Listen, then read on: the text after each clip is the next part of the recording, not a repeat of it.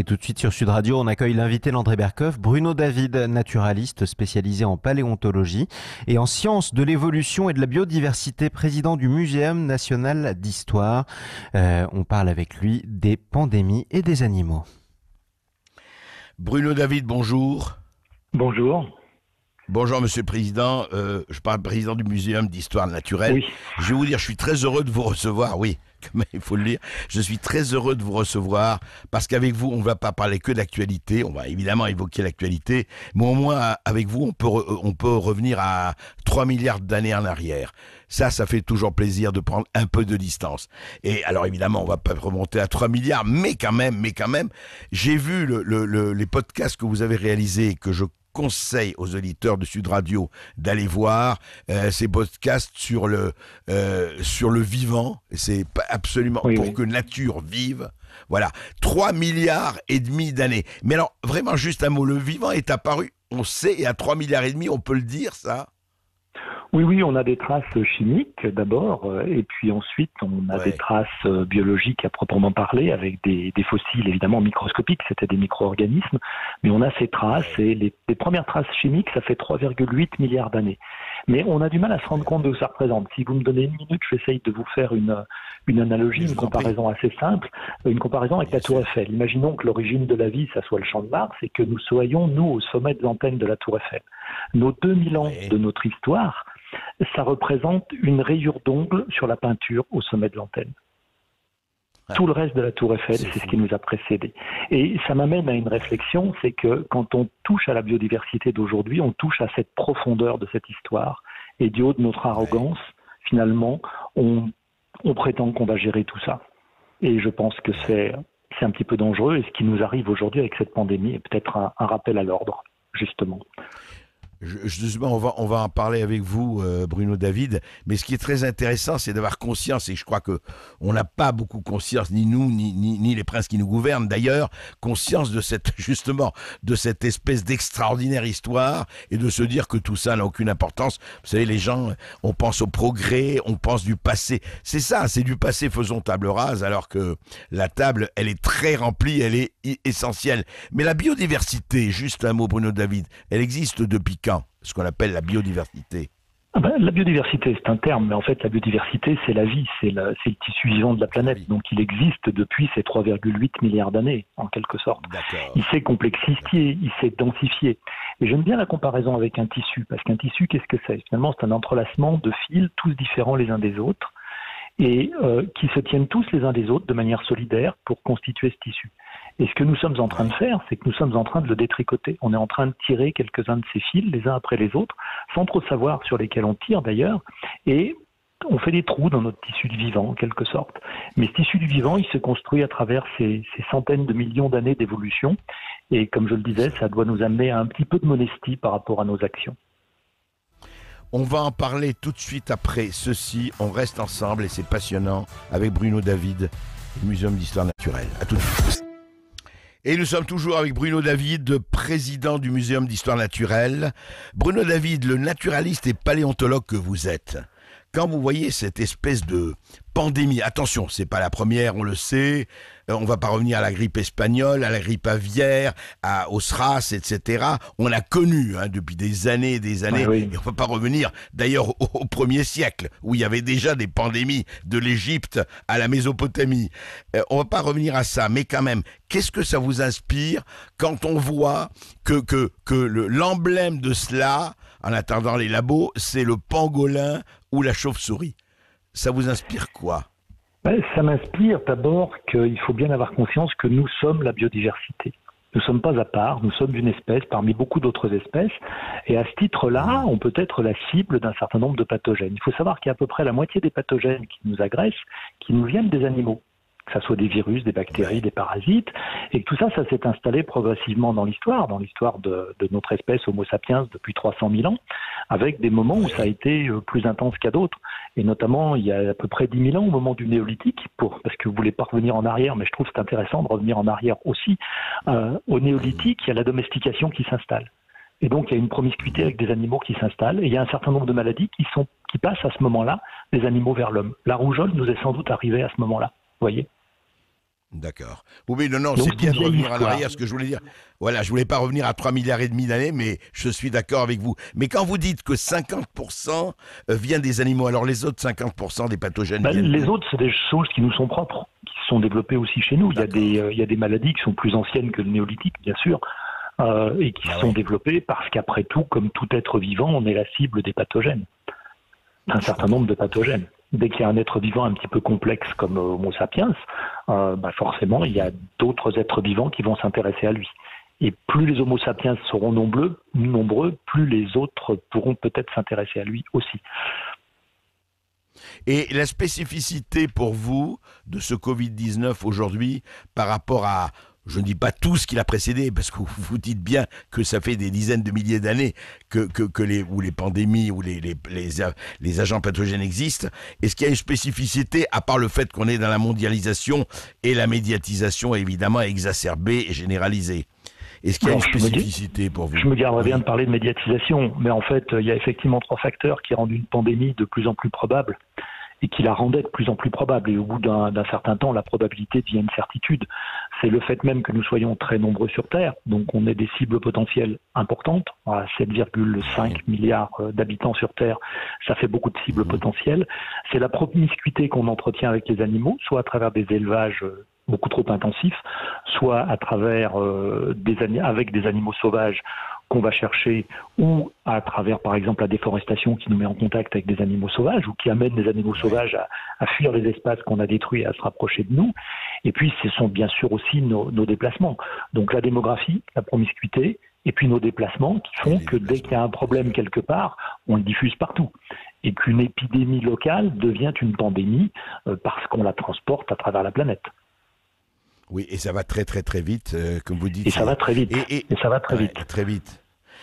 Et justement, de ce point de vue-là, est-ce que vous avez ajouté foi, encore une fois, ce sont des hypothèses, on ne peut absolument rien dire, mais quelques personnes, comme d'ailleurs quelques prix Nobel, comme professeur Montagnier, un savant japonais et un savant russe, ont dit attention, là pour le coup, ça a été fabriqué, non pas pour des motifs complotistes ou autres de guerre, hein, pas du tout, mais ça, vous savez, dans les laboratoires viraux, notamment celui de Wuhan, le laboratoire de virologie de Wuhan, un virus a pu s'échapper dans un travail sur ce virus. Est-ce que ça vous paraît pour vous une hypothèse qui peut être retenue ou pas? Écoutez, je ne sais pas, je ne suis pas suffisamment informé pour vous répondre précisément sur la question. Moi, ce que je sais, c'est qu'il y a une certaine similitude entre le virus qui provoque le Covid-19 et des virus qui existent chez les chauves-souris. Et il y a une proximité encore plus grande avec un virus qui existe chez le pangolin. Et notamment, la clé qui permet d'entrer dans la cellule, c'est celle du pangolin, et celle qui nous affecte, c'est la même. Donc on peut penser qu'il y a eu une combinaison entre un virus de chauve-souris et un virus de pangolin. Alors après que le pangolin il a été sur un marché ou dans un laboratoire, ça je ne sais pas. En tout cas, il y avait des pangolins sur le marché de Wuhan. Et ça, c'est vraiment une proximité avec une faune sauvage évidente. Oui, c'est sûr. Et dites-moi juste, l'ignorant que je suis pourrait vous dire, le pangolin ou la chauve-souris, ce sont des animaux qui datent de très très très longtemps, qui remontent à la nuit des temps. Pour ne parler que de ces deux-là. Je ne voudrais pas qu'on soit trop simple. D'abord, il y a plusieurs espèces de pangolins, même s'il n'y en a pas énormément. Il y a beaucoup d'espèces de chauves-souris. Il y a à peu près 1400 espèces de chauves-souris. Donc quand on dit la chauve-souris, c'est assez général. Ce qui fait que la probabilité qu'un virus nous parvienne, que ce soit un virus de chauve-souris qui nous infecte, c'est une probabilité qui n'est pas nulle, parce que les chauves-souris représentent en gros un quart des mammifères qu'on connaît.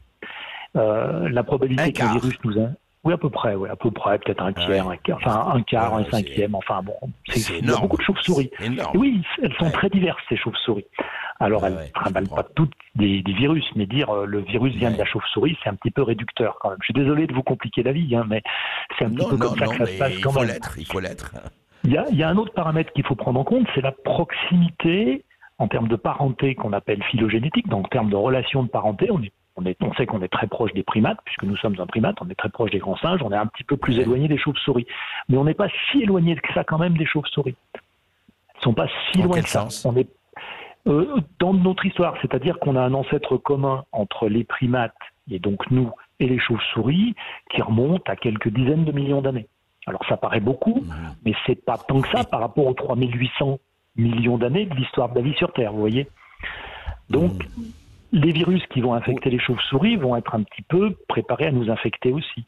Je peux vous dire aussi que les chauves-souris, comme elles ont un vol battu qui dépense beaucoup d'énergie, elles ont tendance à monter en température quand elles sont en vol battu. Donc elles peuvent monter jusqu'à 39 degrés, les chauves-souris. Et donc, elles hébergent des virus qui sont capables de résister à ces températures. Donc, vous voyez le problème.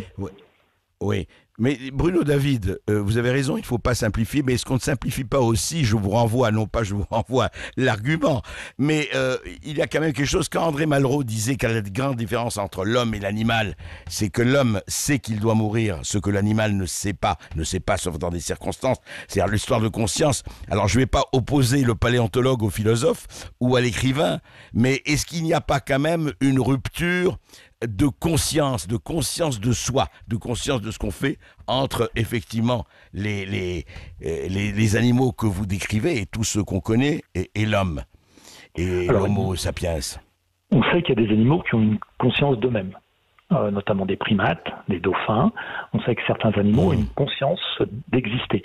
Mais ceci dit, c'est pas parce que nous sommes... Enfin, il y a des tas de choses qui font de nous un animal, mais on a aussi des propriétés spécifiques, particulières, qui font de nous un homme.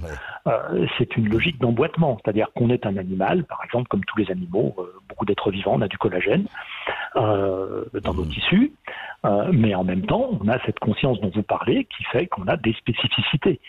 Donc c'est pas, je ne dis pas que l'homme est un animal et que tous les animaux sont équivalents. Je dis simplement qu'il ne faut pas oublier que nous faisons partie de la biodiversité. On est là. Absolument. Je prends souvent une image qui est celle d'une comparaison sportive. Alors en ce moment, les matchs de foot sont arrêtés. Mais en gros, il ne faut pas croire qu'on est dans une position d'un entraîneur ou d'un arbitre. On fait partie des joueurs avec les autres espèces. Oui, très belle image et très parlante. Merci, on se retrouve après une petite pause et les informations. Et je suis sûr que les auditeurs de Sud Radio auront beaucoup de questions à vous poser. À tout de suite. Et voilà, du passé, il ne faut jamais faire table rase, pardon. Comme disait Bruno David, président du Muséum d'Histoire Naturelle, sa comparaison effectivement avec la Tour Eiffel, la trace d'ongle au sommet de la Tour Eiffel et le Champ de Mars, ça fait, 3 milliards 800 millions d'années, ce n'est pas rien, 3 milliards 8. Monsieur David, je voudrais vous poser une question par rapport à la déforestation. Vous l'avez évoqué.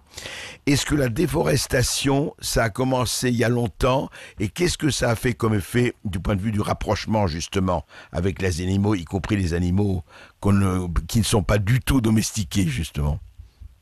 Là encore, on va remonter dans l'histoire. La déforestation, elle a commencé il y a très très longtemps. Elle a globalement commencé avec le début de la sédentarisation des hommes il y a à peu près 10 000 ans.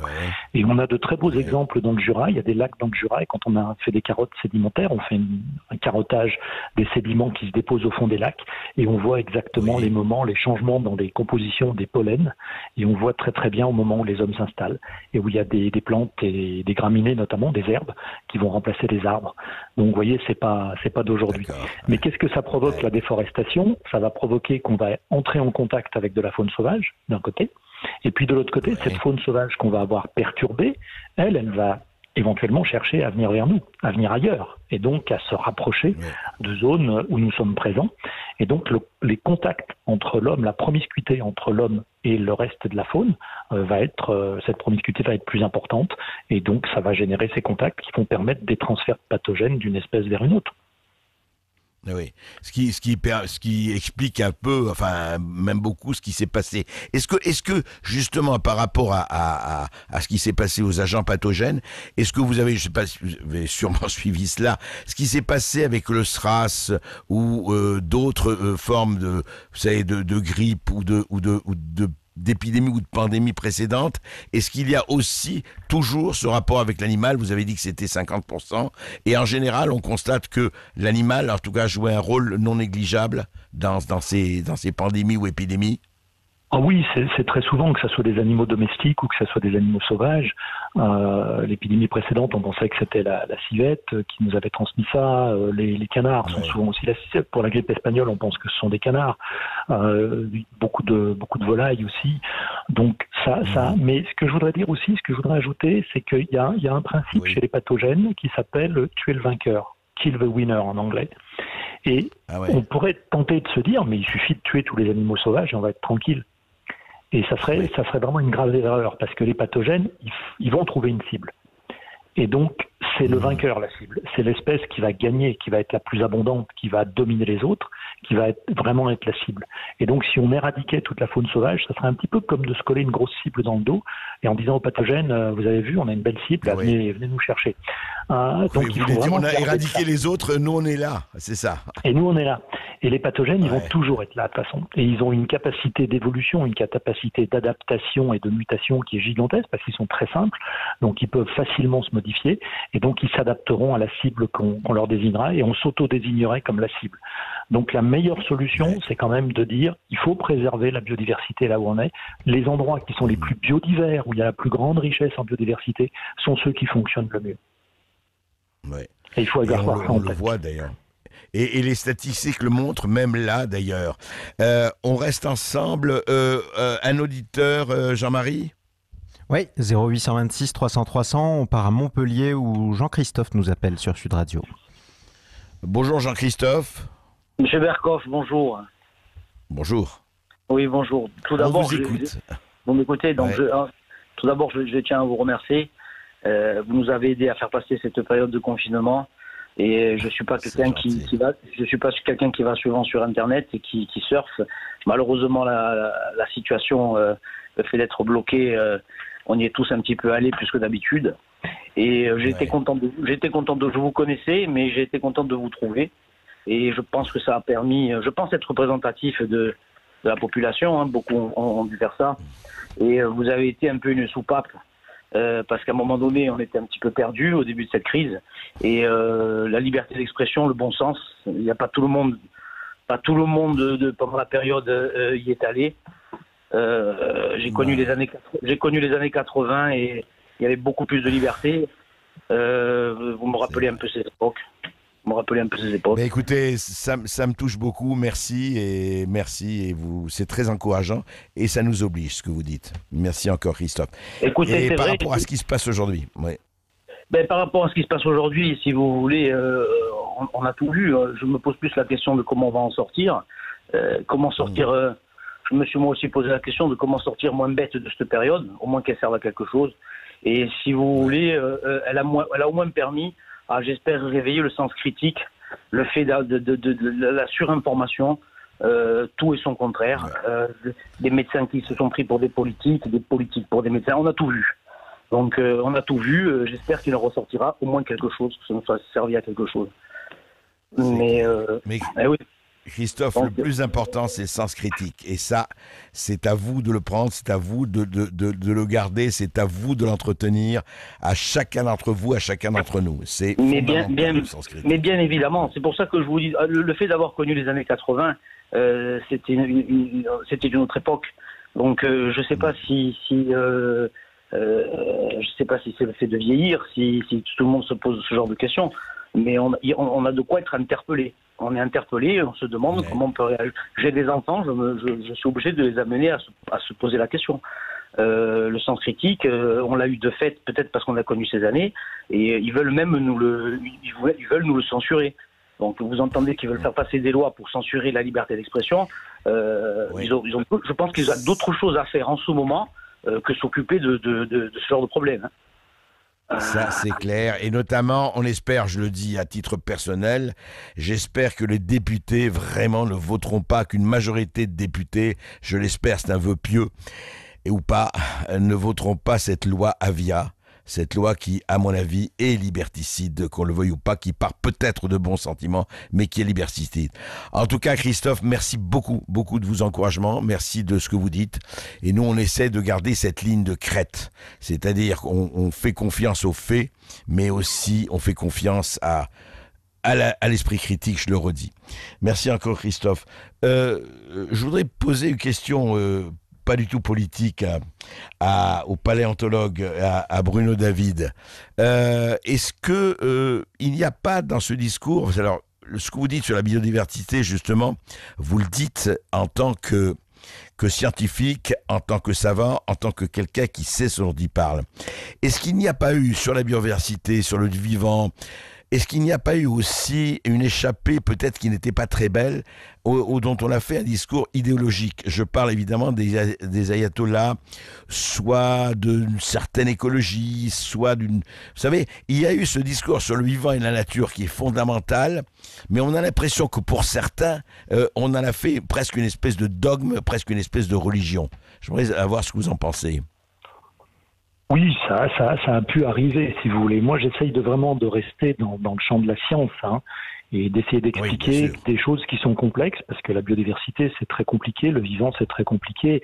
Après, il y a toujours des récupérations de différentes manières, que ça soit dans un sens ou dans l'autre, avec les excès qu'on peut connaître. Du côté de la biodiversité, c'est magique, et pratiquement l'homme n'aurait plus le droit d'exister ni de respirer. Et à l'inverse, on a pu entendre des phrases sur que l'environnement, ça commençait à bien faire, par exemple. Donc, j'essaye d'ignorer ça et de rester sur mon champ, qui est d'essayer de comprendre cette biodiversité, parce que il faut de la connaissance et il faut comprendre comment ça fonctionne. Et on est loin d'avoir tout compris. Là aussi, il faut se ramener à notre modestie. On a décrit à peu près 2 millions d'espèces vivantes sur la planète. On estime qu'il y en a au minimum 10 millions en ordre de grandeur. C'est vous dire le chemin qui reste à parcourir pour simplement Attendez, savoir... vous voulez dire, pardon... Bruno David, vous voulez dire qu'il y a encore 8 millions d'espèces inconnues? Oui.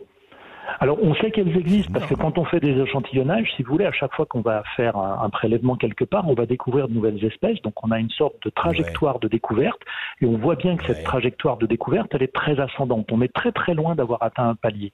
Donc ça nous permet de nous projeter et de dire, on en a décrit à peu près 2 millions, il en resterait 8 millions à connaître. Et ça doit nous amener aussi à réfléchir. Et tant qu'on ne connaît pas ça, tant qu'on n'aura pas décrit ça, on ne comprendra pas totalement comment fonctionnent les systèmes vivants. Parce qu'il nous manque une partie de la connaissance, simplement. Ben, c'est passionnant parce qu'effectivement, le champ est ouvert et vous avez raison de l'exploration, et restons en dehors des extrémismes et je dirais presque des hystéries idéologiques sur telle ou telle partie de l'environnement ou du climat ou de la biodiversité. Jean-Marie, d'autres auditeurs? Ouais, direction Colombes, 0826 300 300, on retrouve Gérard sur Sud Radio. Oui, bonjour Oui, bonjour à vous. Je vous appelle parce que on se rend compte aujourd'hui que on est passé à côté d'une catastrophe monstrueuse. On a réussi à s'en sortir parce qu'on a fait passer les maladies dites courantes après l'épidémie. On a donc tout ça, cette situation, qui est responsable? Tous les gouvernements précédents qui ont supprimé des lits, nous devons, nous Français, savoir qui est responsable de ça. Il faut qu'on dise, c'est sous tel gouvernement, il y a tel lit qui a été supprimé, sous quel gouvernement tel lit ont été supprimés. Parce qu'on est passé pas loin de la catastrophe. Deuxièmement, avec l'histoire des Gilets jaunes, on a donc fait ressortir la revalorisation des infirmiers. Donc ça dépend donc du gouvernement actuel. Or, qu'est-ce qui se passe aujourd'hui? Les infirmiers, ils ont simplement les applaudissements à 20h. Il faut quand même... On ne va pas payer les gens comme ça en les applaudissant tous les soirs. Vous comprenez? C'est bien gentil, les gouvernements suppriment des lits et nous, on se retrouve dans le beau drap. Mais juste un mot, il est question, et je ne prends pas parti, mais enfin, il est question quand même de revaloriser, et heureusement, les salaires des infirmiers. On va voir si ça va être fait, mais honnêtement, ça a été annoncé et dit. Bon, après, on verra si les faits sont suivis. Voilà, c'est pour quand? Allez-y.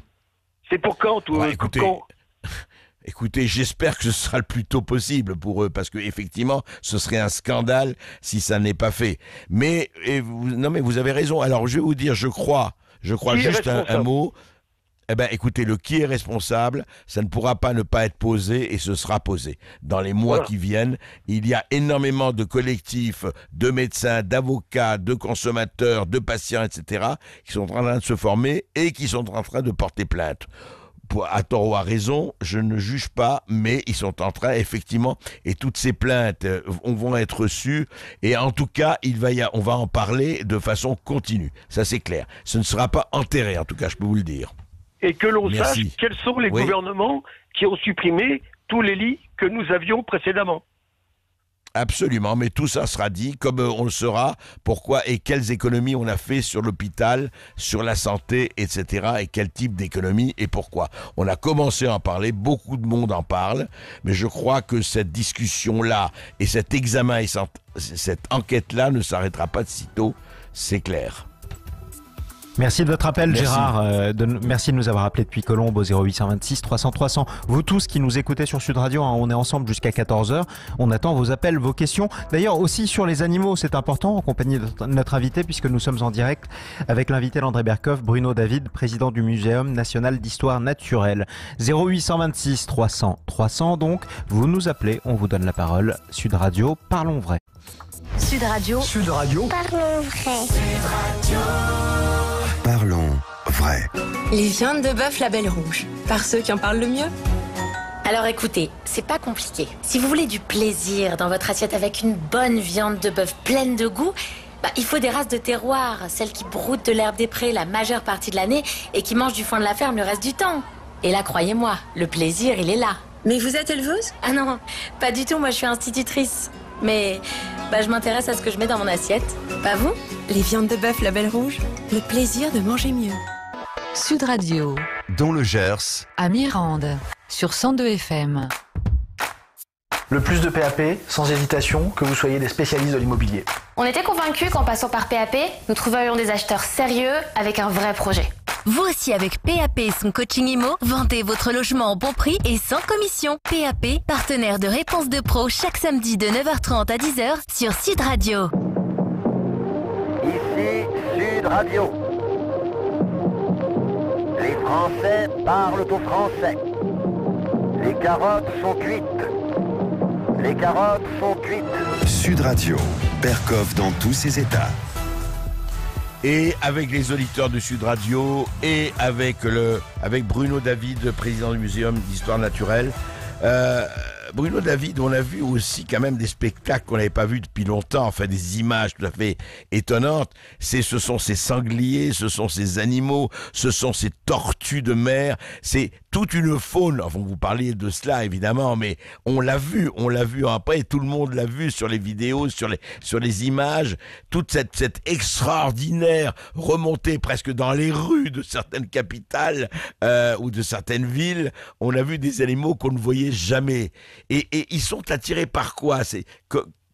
Qu'est-ce qui fait qu'ils surgissent jusque dans le cœur des villes? On pourrait prendre une vieille formule qui est que la nature hors du vide. En fait, on laisse la place, on les effarouche moins. Donc, c'est des animaux qui étaient déjà présents à proximité des villes, ou voire même dans les villes. Il faut savoir qu'à Paris, des renards, il y en a dans Paris, il y en avait déjà. Simplement, ils s'aventurent un petit peu plus loin parce qu'il y a du calme, il y a moins d'humains, il y a moins de voitures, il y a moins de véhicules en général, et donc on va les observer. Puis il y en a qui sont un peu plus culottés que d'autres et qui sortent de la campagne et qui vont s'aventurer un petit peu plus loin en ville. Et puis voilà. Et puis peut-être que nos sens aussi sont un petit peu plus exercés, qu'on y est peut-être plus sensible. Ceci dit, des sangliers dans Paris, on n'a pas l'habitude d'en voir. Mais il y a beaucoup d'autres animaux qui sont peut-être un petit peu plus discrets. Moi, ça m'est arrivé de voir un renard dans le 13e arrondissement de Paris il y a 3 ans à peu près. Donc on sait qu'ils sont présents. Et au muséum, au Jardin des Plantes, on a des renards qui vivent dans le Jardin des Plantes. Mais on ne les voit pas, ils sont cachés la journée. Il y a des hérissons aussi qui se promènent dans le Jardin des Plantes, mais qui se cachent aussi la journée. Mais il y a pas mal de faune en fait. Il y a pas mal de faune et on n'a pas tendance à l'observer, mais elle est présente. Et puis là, bien sûr, ça la rend curieuse, elle s'aventure et puis voilà, on lui laisse la place, elle arrive. Bien sûr. Non, c'est ce qui est fascinant. On va en continuer à parler. C'est cette biodiversité, cette extraordinaire diversité du vivant. Quand vous parlez des 8 millions d'espèces encore inconnues, je vous pose juste, on va prendre un auditeur. J'aurai une autre question à vous poser, des questions à vous poser aussi, professeur David. Jean-Marie. Oui, direction Arcachon, 0826 300 300. Frédéric, bonjour. Bonjour Monsieur Berkoff, et bonjour à vous. Je vous remercie d'abord de me prendre à l'antenne. Et déjà juste un petit préambule, je voudrais vous remercier beaucoup pour vos émissions. Remercier le mot est faible parce que vous nous ouvrez tous les midis je dirais un petit créneau d'intelligence et de raisonnement, ce qui est énorme dans ce paysage. Et je voulais revenir un petit peu sur le problème du traitement de cette épidémie en France. Je pense que le fond du problème est bien et ressort. On est dans un jacobinisme outrancier, dans un État totalement centralisé. Pour moi, une démocratie, c'est déjà un État fédéral. Mais là, vous vous apercevez qu'en fin de compte, cet esprit fédéral, on le retrouve au niveau des maires. Monsieur Ménard, tout à l'heure, très bien, je pense, il est dans son désespoir, en essayant de faire quelque chose, a très bien traduit tout ça. On est incapable il n'y a aucune confiance aux gens. Enfin, c'est quelque chose de terrible quand on pense que les préfets ont piqué, hein, c'est le cas de le dire, volé ce qu'avaient commandé les régions au niveau des masques, parce que tout ça par incompétence de l'État et par cet esprit vous savez, le jacobinisme, je pense que c'est la pire des choses que la Révolution ait fait naître. Ça a donné naissance à la pire des choses qu'est le marxisme. Et c'est le nivellement par la base. Et là, on s'aperçoit qu'on court toujours après tout. Regardez, toutes les décisions sont prises trop tard. Une décision qui est bonne dans un coin n'est pas bonne ailleurs. On a confiné la France, vous savez, en vrai, c'est une catastrophe. Les écoles, il y avait 3/4 des écoles, il y avait des zones à problème. Mais pourquoi pénaliser tous les enfants? Comme il y avait des problèmes en Seine-Saint-Denis, on a pénalisé la France entière. Et si vous voulez, on a le nivellement par la base. Et ça, je trouve ça horrible. Je vois chez nous, dans le sud-ouest, il n'y avait aucune raison de fermer les écoles. Alors, on pouvait très bien sauver quand même 2/3 de la scolarité des enfants. Et par-delà, eh bien, rattraper les autres ensuite, mais pas condamner tout le monde comme ça a été fait. C'est une catastrophe, c'est une catastrophe. Quand vous regardez au travers de tout ça, c'est lamentable. Et vous savez, on est bien loin, parce que je pense qu'on n'a pas vu ce qui nous attend encore, parce que tout le monde croit que on a les gens s'imaginent avec ce déconfinement que même maintenant on a enlevé le danger, que je sais pas, une autorisation. Vous savez, comme les gosses, maintenant on vous autorise. Mais il n'y a rien de réglé, malheureusement. Non, ils le savent, Ouais, mais vous avez non, mais je veux dire, ils le savent. On sait très bien que l'économie et que la crise économique est là. Non, ça, malheureusement, on le sait. Ouais. Notre système politique est complètement, mais il est complètement à côté de la plaque. On ne peut pas réagir correctement, on le voit bien. Tout passe par un pouvoir central qui est totalement débordé, qui ne sait même plus, on a nos énarques, là, ils ne savent même plus s'ils sont hommes ou femmes. On voit des prises de position, c'est lamentable. Écoutez, regardez, je trouve ça grave, moi, très, très grave, très grave. Je veux dire honnêtement, très grave. Et vous croyez, juste un mot pour vous, c'est parce que c'est le niveau qui a baissé quoi? Parce qu'on avait quand même des hommes politiques, quelle que soit l'opinion, droite, gauche, etc., qui avaient quand même du coffre, je dirais. Mais André, on n'a plus d'hommes politiques. Non mais écoutez, regardez déjà. Non mais regardez, vous savez, moi déjà, vous savez, depuis Sarkozy, quand même, excusez-moi, mais Lisbonne, trahir le référendum de 2005, prendre les gens, on a des commerciaux, on a des opportunistes, mais on n'a pas d'hommes politiques.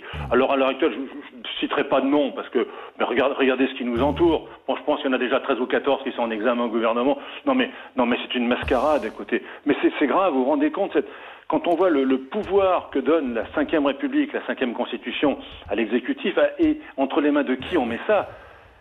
Mais André, c'est à faire peur. Quand on avait des gens, des carrures, qu'on l'aime ou qu'on l'aime pas, mais des gens de la cœur de Gaulle, même de VGE, qui était ce qu'il était, mais qui était un homme intelligent encore, on avait encore des hommes politiques, même Chirac et tout ça, même avec ses défauts. Mais là, regardez, ils sont incapables. Je vous entends et je vous comprends. Le problème, c'est que De Gaulle s'était une constitution à sa taille, et malheureusement, sa taille, et je ne parle pas seulement de la taille physique, c'est pas du tout le même gabarit.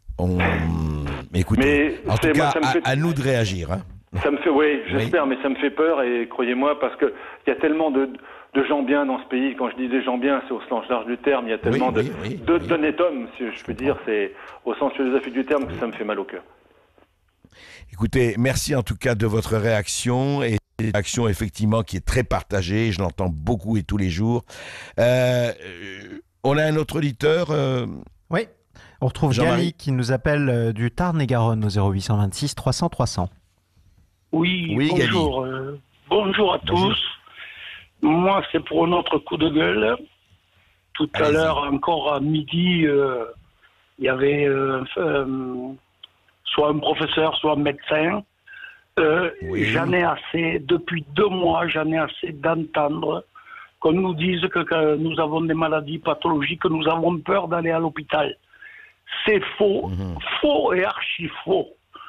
Mes rendez-vous en néphrologie, ils ont été annulés. En radiologie, ils ont été annulés. En pneumologie, ils ont été annulés.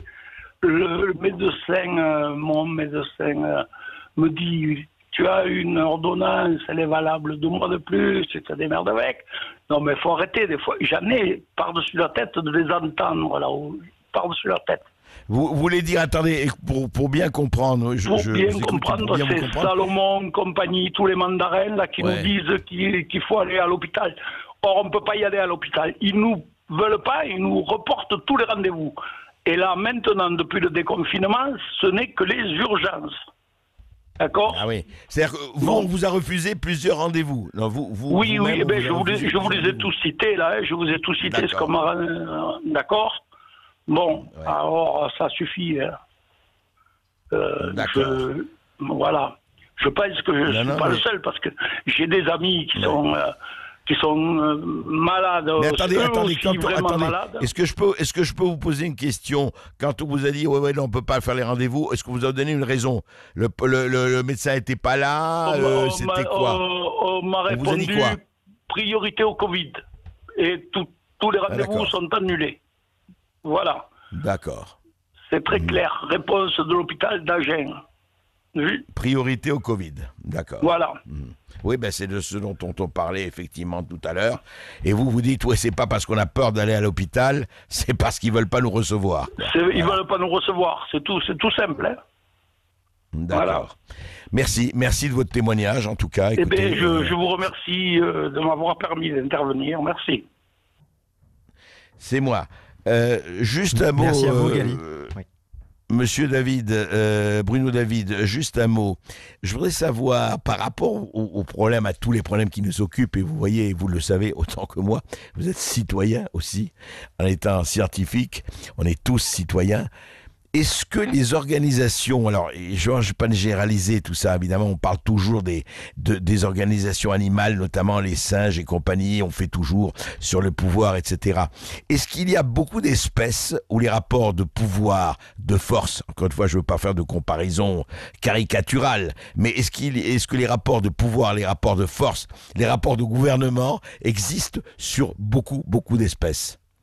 Alors, le gouvernement, c'est peut-être un petit peu excessif. C'est ce qu'on a appelé à un moment donné de la sociobiologie, qui a été excessivement utilisée, où on a fait des transpositions vers les animaux de certains de nos comportements, ou vers d'autres animaux de certains de nos comportements. Alors, on a des sociétés animales, on les connaît bien chez les insectes, chez les fourmis, les termites, les abeilles, etc. On en connaît chez des mammifères. Vous avez cité les primates. Il y a aussi les loups, par exemple, qui vivent en collectivité. On a pas mal d'exemples comme ça, mais moi je garderais bien de faire des transpositions un petit peu hâtives. Ce que je veux souligner aussi, c'est la complexité des choses. Je suis désolé de vous compliquer la vie, mais les choses ne sont pas simples. Et tout réductionnisme est dangereux. Donc je suis désolé d'amener un discours aussi rébarbatif en quelque sorte. Au contraire. On a besoin de discours complexes. ayons la rationalité de penser que les choses sont compliquées et que toute simplification un petit peu extrême est non seulement inexacte, mais voire dangereuse. Oui, mais je vais vous dire, c'est ça qui se passe trop souvent en politique ou ailleurs. Et c'est vrai que ça s'applique aussi à la politique et au gouvernement des hommes, et non seulement des choses. On se retrouve après cette pause. Absolument. À tout de suite, merci. Et oui, dans tous nos états, et on voit très bien avec le discours heureusement complexe de Bruno David, parce que la complicité c'est très important. On a tous tendance, évidemment, parce qu'on fait court, de simplifier. La simplification, c'est valable pour un certain moment quand la prise de décision est de l'explication.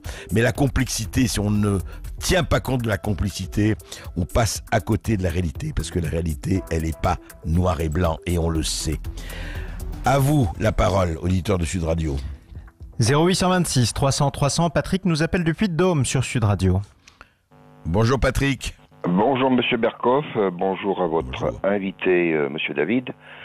Et je vous remercie évidemment comme tout le monde de la possibilité qu'il nous est offerte de pouvoir s'exprimer, ce qui est rare dans les autres radios, et à la télé surtout, où on n'a pas la parole. Voilà, en fait, je voulais remercier votre stand, la personne de l'accueil qui est toujours très sympathique. Oui. Voilà, je voulais parler par rapport au masque, parce qu'en fait, nous, dans le sud de Clermont, là, J'habite un petit bled où il y a quelques magasins, on fait des pharmacies. Bon, on n'en trouve pratiquement pas. Il faut aller dans les grands magasins, dans la grande ville de Clermont pour trouver des masques. Et ces masques sont chers, quoi. C'est incroyable. C'est 30 € environ les 50 masques. Et je me dis, à peu près, ça doit être ça, oui. Et je me dis, bon, les gens qui ont un peu d'argent, ils peuvent peut-être en acheter plusieurs. Mais ceux qui n'ont pas d'argent, ceux qui ont très peu d'argent, comment vont-ils faire? Là, je me pose la question sur cette capacité qu'on a à toujours vouloir faire de l'argent sur la misère humaine, j'allais dire. Bon, il faut sur les problèmes de santé, enfin, etc., etc. Et j'avais une deuxième chose. Allez-y. Sur les parcs aussi, là, j'ai entendu la maire de Paris qui voulait ouvrir les parcs. Et aussitôt, elle a une réponse du ministre de la Santé qui lui a dit non, on n'ouvre pas les parcs. Alors moi là, j'y vois vraiment de la politique politicienne et je crois que rien ne va les arrêter. Rien.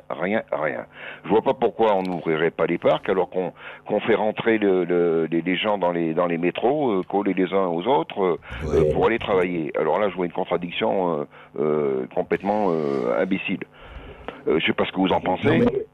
Alors, je vais vous dire, je vais répondre là-dessus, rapidement. Je pense comme vous qu'il y a d'abord une incohérence totale. Et je crois qu'un auditeur précédent l'a dit, vous savez. Ce qu'il a dit, c'est effectivement comment peut-on mettre, et on revient au jacobinisme, et on revient à la diversité, justement. Peut-être pas à la biodiversité, en tout cas déjà la diversité humaine et géographique. Comment peut-on traiter de la même façon tout le pays ? C'est ça qui est grotesque. Le grotesque, c'est de considérer chaque région, etc. Et en fonction de la région, et en fonction du degré d'infection, et en fonction du degré de présence dans les hôpitaux, ou voire de décès, etc., on agit différemment. Simplement, nous avons des gens qui disent « Ah non, nous on raisonne pour tout le pays, au moins, et puis nous, voilà, c'est telle décision. » Vous avez tout à fait raison quand vous dites l'incohérence entre les parcs, etc. À partir du moment où il y a des masques, ça, il faut les masques, c'est obligatoire. Mais il faut des masques pour tout le monde. On revient toujours à ça, vous savez, c'est une banalité de base. Si tout le monde porte des masques, personne ne contamine personne. Évidemment, à condition de ne pas se toucher, etc., de se laver les mains et tout ça. C'est un enfant de 8 ans comprendrait ça. Oui. Mais comme il n'y avait pas de masque, comme il n'y en a encore pas assez, et comme effectivement il coûte cher, voilà. Le problème de l'État, c'est qu'en France, on a un paradoxe formidable. On se retourne vers l'État, vous savez, l'État maternel, l'État-providence, l'État ceci, cela. Et on ne comprend pas que, après tout, c'est à nous de prendre en charge et c'est à l'État de répartir sa masse somptueuse parce que les prélèvements obligatoires, on les connaît, les 56% du PIB, qu'il redistribue aux régions, aux mairies, etc.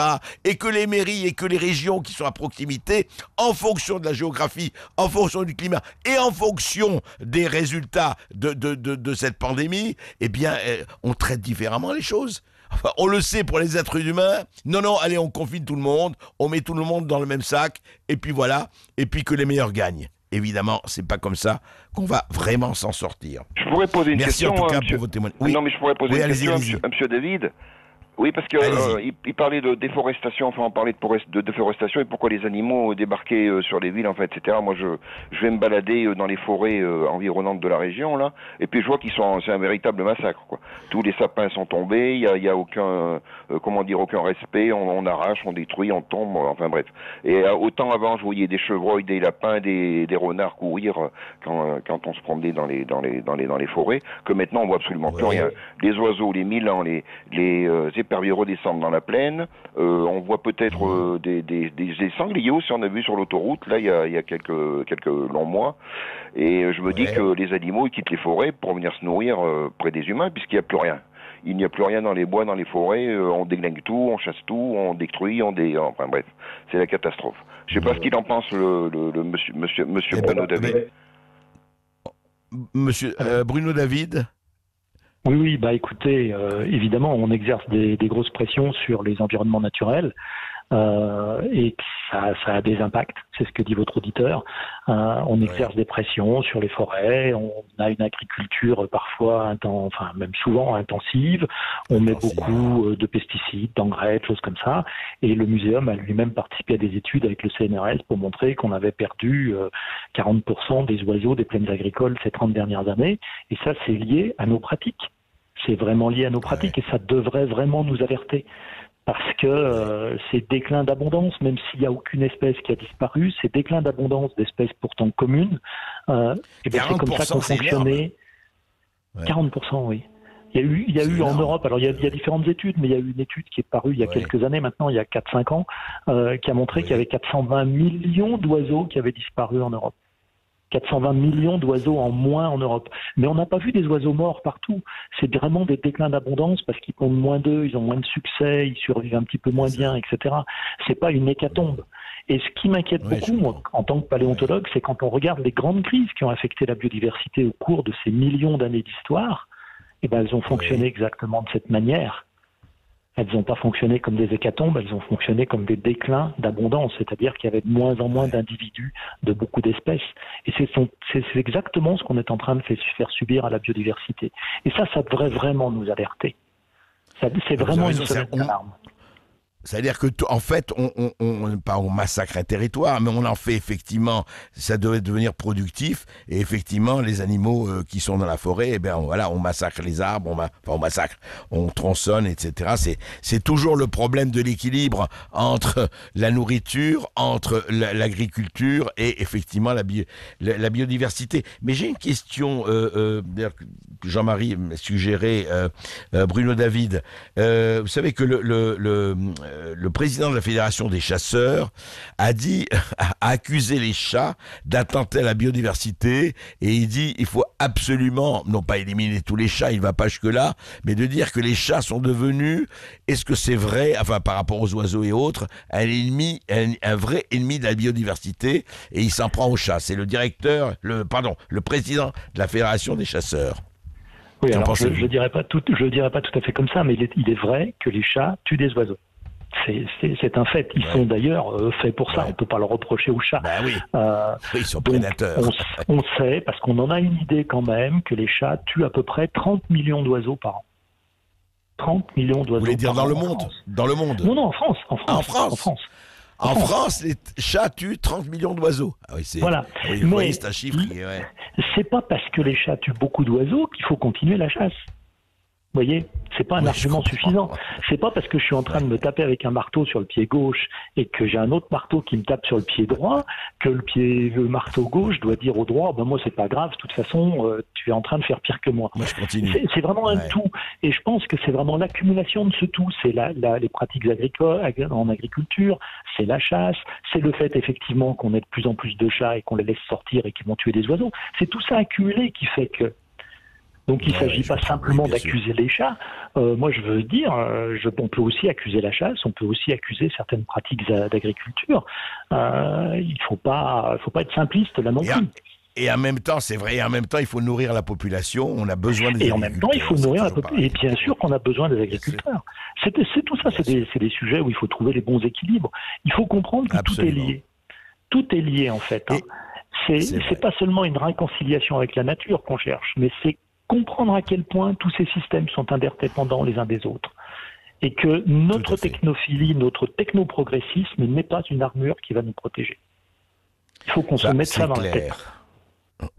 Eh bien écoutez, on fait passer le message, et là-dessus, et celui de la complexité aussi. Un autre auditeur, Jean-Marie? Absolument. Charles nous appelle au 0826 300 300 depuis Paris, et il a une question pour notre invité. Charles, oui. Bonjour. Oui, bonjour André Berkoff, bonjour à notre invité, et merci d'avoir invité un écologiste scientifique. Ça change des écolos politiques et où il y a à boire et à manger. Ça change des ayatollahs, absolument. Oui. Allez-y. Voilà, je voulais poser, au sujet des forêts, déjà, il y avait un truc qui s'était passé il y a 2 ans, ou environ 2 ans. C'est des gens qui avaient manifesté, c'est les gardes forestiers qui avaient manifesté sur leurs conditions de travail. Alors ça s'est pas trop entendu dans les médias parce qu'ils sont pas très nombreux. Oui. C'était du côté de la forêt de Troncé. Et en fait, il me semble que c'est un métier où il y a, comme dans la Poste, où il y a eu des vagues de suicides. Et alors, ça fait pas beaucoup de cas, si vous voulez, mais parce qu'ils sont pas nombreux. Mais je me demande si au niveau du nombre total de personnes qui travaillent dans les eaux et forêts, c'est pas le maximum de taux de suicide en France au niveau des métiers. C'est à vérifier, mais il y a eu des problèmes. Parce qu'on leur demande à la fois de couper du bois, mais de protéger la forêt en même temps, donc ça va pas ensemble. Mais vous avez aussi une question à poser à Bruno David, je crois. Oui, alors c'est une question un peu technique. Donc en écologie, il y a beaucoup à découvrir et c'est vrai que c'est une science qu'il faut faire développer. Elle rapporte pas beaucoup d'argent d'immédiat, mais c'est très important. En fait, on va remonter très très loin dans le passé au niveau des virus, parce que là, on est attaqué par un virus. Les branches naturelles sont composées de 3 branches. Il y a les eucaryotes, les bactéries et les archées. Ça, c'est il y a très très longtemps. Nous, on est des eucaryotes parce qu'on est comme les animaux, les champignons et les plantes. Il y a les bactéries et les archées. Et les virus, je me demande si actuellement, on sait dans quelle branche ça se situe. Les virus, si c'est pas une 4e branche. D'accord. Alors, je ne sais pas si c'est votre domaine d'expertise. Écoutez, Bruno David va vous répondre, en tout cas. Alors, les virus sont en effet une autre branche du vivant, et parfois même les gens se sont posé la question de savoir si les virus étaient des êtres vivants, dans la mesure où ils n'ont pas la capacité de se reproduire simplement par eux-mêmes. En fait, les virus, il faut comprendre, c'est une forme de stade ultime d'un parasitisme, c'est-à-dire qu'ils se sont simplifiés à l'extrême, et ils ont besoin de la machinerie cellulaire d'un autre être vivant pour être en capacité de se reproduire. Donc, ils ont réussi le tour de passe-passe magique d'avoir forcément besoin de quelqu'un d'autre pour se reproduire. Donc, ils sont évidemment des pathogènes parce qu'ils vont aller chercher des ressources chez d'autres êtres vivants. Il faut comprendre ça, mais ça fait partie des êtres vivants. Effectivement, ce ne sont pas des archées, qui sont des formes de bactéries. Avant, on les appelait aussi des bactéries, ces archées, mais c'est une branche spéciale de l'arbre du vivant. Il y a des bactéries, il y a des eucaryotes, parmi lesquels on va trouver les plantes, les champignons et les animaux. Et puis, il y a aussi des virus, donc que certains mettaient complètement à part, mais qui en fait font partie pour moi du vivant, parce qu'ils ont une capacité à évoluer, à transmettre, même s'ils ont besoin d'autres êtres vivants pour le faire. Et à muter. Moi, ce qui me fascine, c'est la mutation du virus, quoi. Les virus ont une capacité à muter extraordinaire parce que normalement les êtres vivants ils ont des capacités à réparer au moment où une cellule va se dupliquer, ils ont un outil de réparation de leur ADN si l'ADN n'est pas répliqué comme il conviendrait. Les virus n'ont pas cette capacité, beaucoup de virus en tout cas n'ont pas cette capacité de réparation, ce qui fait qu'ils vont faire beaucoup d'erreurs, mais dans ce beaucoup d'erreurs il y en a malheureusement qui vont être assez néfastes pour nous. Et oui, c'est ça, qui va être mortel pour nous. Merci, et on se retrouve juste après cette petite pause. À tout de suite. Absolument, vous continuez à nous appeler 0826 300 300. On est encore ensemble jusqu'à 14h si jamais vous avez des questions à poser à notre invité Bruno David, qui est président du Muséum national d'histoire naturelle. 0826 300 300. À tout de suite sur Sud Radio. Et c'est à vous, auditeurs de Sud Radio, on vous attend et on vous écoute. Et on est toujours en direct avec notre invité Bruno David, président du Muséum national d'histoire naturelle. 0826 300 300, direction la Seine-et-Marne. On retrouve Jean-François sur Sud Radio.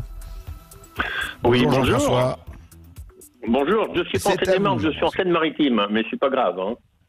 Oui, Seine-Maritime, pardonnez-moi, c'est moi qui ai mal lu. C'est bien le pas grave. Allez-y.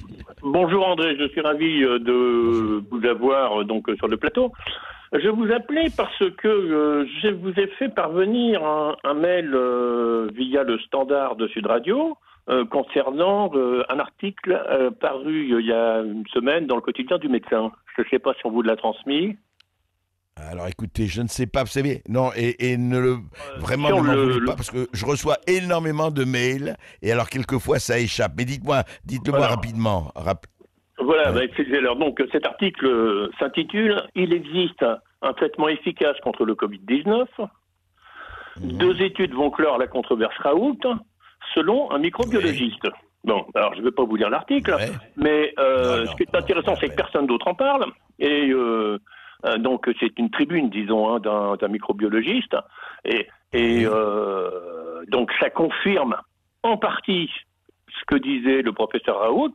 Ça va plus loin que ce que disait Raoult, puisque ça met surtout en avant l'azithromycine plus que l'hydroxychloroquine dans la première phase de la maladie. Mais surtout dans cet article, il y a un truc très intéressant, et je pense qu'il faudrait quand même enquêter là-dessus. Ils disent le nom des médecins du Grand Est qui ont fait cette étude et la publicité des résultats ne peuvent être divulgués, car, aussi paradoxal que cela puisse paraître, alors que ces résultats nous permettent une nouvelle sécurité dans le traitement, ils ont reçu par courrier des menaces du Conseil de l'Ordre des médecins et de l'ANSM, l'Agence nationale de sécurité des médicaments. Alors, je vais vous répondre, et non seulement je connais la chose, mais c'est peut-être vous qui m'avez alerté, tout à fait, parce que nous avons reçu un de ces médecins. On a reçu non, c'est pas exactement ça. C'est-à-dire que ceux qui ont été, c'était des... Ah non, ça se passait autrement. C'est-à-dire, c'est un généraliste du Grand Est, effectivement, qui voulait prescrire de l'azithromycine, et un autre qui voulait prescrire, c'est le contraire, l'hydroxychloroquine, et on leur a dit, attendez, vous n'avez pas le droit de parler de ça, c'est le Conseil de l'Ordre. Et ça, on revient à tout ce qu'on a dit dans toutes les éditions, aujourd'hui aussi. C'est-à-dire, non mais qu'est-ce qui se passe? C'est-à-dire toujours pareil. On vous dit non, comme on dit non à Robert Ménard quand il veut faire des tests. Robert Ménard et d'autres maires, il n'y a pas que Robert Ménard. Beaucoup de maires. On dit non à des médecins. Qu'est-ce que c'est qu'un médecin traitant? C'est un médecin qui traite. À partir du moment où il a son patient devant lui, il sait quand même des choses, il dit au moins essayons, ça va pas faire de mal. Alors, je ne veux pas rentrer dans ce que disait votre microbiologiste, il y a tellement d'articles sur tellement de choses, je ne sais pas, je suis pas médecin, donc si c'est l'azithromycine ou l'hydroxychloroquine ou les deux, il n'empêche que des tas de pays, beaucoup de pays, sont en train d'essayer cela et d'essayer cela dans la pratique. Et le problème qu'on a en France, alors que c'est en France que ça a été effectivement joint, cette bithérapie, eh bien, les ARS, tout ça dit attendez. Et juste un mot par rapport à ce que vous dites, parce que ça vous renseigner. On leur disait attendez, Discovery va dire exactement, on a fait un grand processus en avril dernier, on va découvrir le bon protocole. Et ben Discovery est en train, pardon de l'expression, de s'effondrer parce que très peu de pays d'Europe ont suivi et il n'y a eu que 740 patients. Donc voilà, c'est-à-dire que effectivement, on est dans le cas en des gens qui disent attendez, restez chez vous avec votre Doliprane et puis on va voir ce qui va se passer. D'autres qui disent attendez, on a des problèmes avec un certain nombre de gens, prenons-les au début et traitons-les. C'est toujours ça, et vous savez, c'est toujours on revient à la centralisation et à qui décide de quoi. Voilà. Oui, juste Bruno David, par rapport à, encore une fois, on ne va pas revenir sur les médicaments et les polémiques des médicaments et des laboratoires, mais au fond, je voudrais revenir à cette histoire de biodiversité. Vous disiez, effectivement, il faut taper sur le pied gauche, il faut arrêter de taper sur les deux pieds et pas privilégier le pied gauche par rapport au pied droit. Simplement, comment raison garder ? C'est-à-dire que vous dites, effectivement, vous êtes dans le domaine scientifique, mais comment un scientifique ne peut pas, à un moment donné, non pas s'impliquer, mais de dire, attendez, quelle est la moins mauvaise solution ? Je dis même pas la meilleure, par rapport à cette complexité du vivant, de la biodiversité, qu'on vit tous aujourd'hui. Comment faire pour au moins, je veux dire, entre deux mots, continuer de choisir le moindre ? Essayer de choisir le moindre. Bah écoutez, c'est une question de mesure, hein. C'est toujours pareil. C'est-à-dire qu'en fait, pour moi, il y a deux curseurs qui pèsent en fait sur la biodiversité en général et sur la nature en général, et nous compris, puisque ça nous revient dessus comme un boomerang en quelque sorte avec cette pandémie qui en est une belle illustration, une malheureuse illustration plutôt. Il y a un curseur qui est la démographie, c'est combien sommes-nous sur Terre ? Alors ça touche bien sûr à la conscience individuelle de chacun. Je ne suis pas en train de dire il faut des règles pour diminuer la population, etc. C'est la conscience individuelle de chacun. Mais factuellement, en termes de biologie et de dynamique évolutive, nous sommes très nombreux sur Terre. Bon, c'est un fait. Donc il y a ce curseur qui fait qu'on pèse plus On était 2,5 milliards il y a 60 ans, on est 7,5 milliards aujourd'hui, donc ça fait 3 fois plus en finalement assez peu de temps. Et puis le deuxième curseur, c'est rien. Et le deuxième curseur, c'est quel est notre comportement moyen sur la planète. Et là, il est très irrégulier. Je veux dire, entre un Africain qui est en train de mourir de faim, et évidemment, il faut l'aider. Il faut absolument qu'il puisse avoir finalement une pression plus forte sur la planète simplement pour lui survivre. Et puis un Nord-Américain qui pèse l'équivalent de 7 Africains, lui tout seul, il y a peut-être un moyen terme à trouver. Et une question de mesure. Et on a ces deux curseurs face à nous, on sait ce qu'il faut faire en fait. On sait à peu près ce qu'il faut faire, il faut simplement le faire. Mais moi j'ai été frappé lundi, parce que c'était le début du déconfinement, et il y a des gens qui se sont précipités dans les magasins. Alors ils avaient peut-être de bonnes raisons pour le faire, hein. Je veux pas, là non plus, je ne porte pas de jugement de valeur absolue, mais ça m'a quand même un petit peu surpris en me disant, ça nous a pas vraiment servi de leçon, on se replonge dans le consumérisme. Et cette façon de consommer... Et cette façon de consommer forcément exerce une pression sur la planète. Là encore, je me répète sans doute, mais tout est lié. C'est compliqué. Les systèmes sont tous interdépendants. Quand on fait quelque chose d'un côté, ça a un impact d'un autre côté. Il faut comprendre que chacune de nos actions, aussi petites soient-elles, a quand même un impact sur le global. C'est vrai, mais pour ajouter à la complexité, vous comprenez que quand ces gens entendent des artistes ou autres qui, par un hélicoptère ou un jet particulier, roulent en 4x4, leur donner des leçons de décroissance et d'austérité et de frugalité, évidemment que leur réaction est plutôt d'aller consommer en disant « eux, ils ont les moyens, et ben nous, à nos faibles moyens, nous allons le faire ». C'est bien la complexité, c'est tout le problème, parce que, je vais vous dire une chose, Bruno David, la seule chose, c'est que les gens qui donnent des leçons doivent payer de leur personne et montrer que leur vie est en rapport, est en cohérence avec leurs actions. Et vous le savez. On a un auditeur, je crois, Jean-Marie. Absolument. Merci infiniment à notre invité Bruno David, qui doit nous quitter, qui est président du Muséum national d'histoire naturelle. Merci à vous d'être intervenu sur Sud Radio. 0826 300 300. Le mot de la fin de cette émission sera pour Lydia, qui nous appelle de Béziers. Bonjour tout le monde, bonjour à l'équipe, bonjour André Bercoff, je suis vraiment très heureuse de pouvoir vous parler et surtout de vous féliciter pour votre émission et vous en remercier aussi parce que c'est vrai que ça fait du bien, ça fait une bouffée d'oxygène dans tout ce monde de fou, toutes ces infos qu'on entend, tout et leur contraire, c'est vraiment une horreur. J'ai fini par les éteindre, hein. Moi ça a failli me rendre dingue, donc non vraiment. Et voilà, et en fait, oui, vous avez raison, il faut d'abord se soigner nous avant de pouvoir changer quoi que ce soit sur cette planète pour changer tout le système. Véritablement, il faut que chacun d'entre nous prenne conscience qu'il faut plus consommer comme avant, il faut tout changer, il faut tout revoir, il faut commencer par soi-même, bien sûr. Et c'est comme ça qu'on va véritablement, je pense, commencer à changer les choses et changer tout ce foutu bordel. Mais il n'y a que comme ça. Mais c'est pas pour ça que je vous appelais et que je voulais intervenir, en fait. C'est simplement parce que tout à l'heure vous avez eu un auditeur qui vous demandait à qui vous demandiez quelle était la raison pour laquelle on vous avait annulé tous vos rendez-vous chez les médecins. Effectivement, je confirme que pour moi ça a été exactement la même chose. Et pour mon mari qui a un anévrisme abdominal et qui devait donc se faire opérer rapidement, il s'est avéré qu'on lui a repoussé son opération, on lui a repoussé tous ses examens et voilà. Et moi également. Et en fait, j'ai demandé et quand j'ai eu mon médecin qui m'appelle, qui a été très correct, qui m'appelle pour me dire je vous appelle pour annuler le rendez-vous, je lui ai dit mais pourquoi? Il m'a dit parce que en fait, il me dit on ne prend que les urgences. J'ai dit bah alors voilà, je comprends mieux. Ceci explique cela. Il me dit comment ça? J'ai dit bah on entend à la télévision qu'on a peur d'aller à l'hôpital. En fait, on n'a pas peur d'aller à l'hôpital. C'est on vous a. En fait, ils ont des directives de l'ARS comme quoi ils n'ont droit de ne prendre uniquement que les cas d'extrême urgence.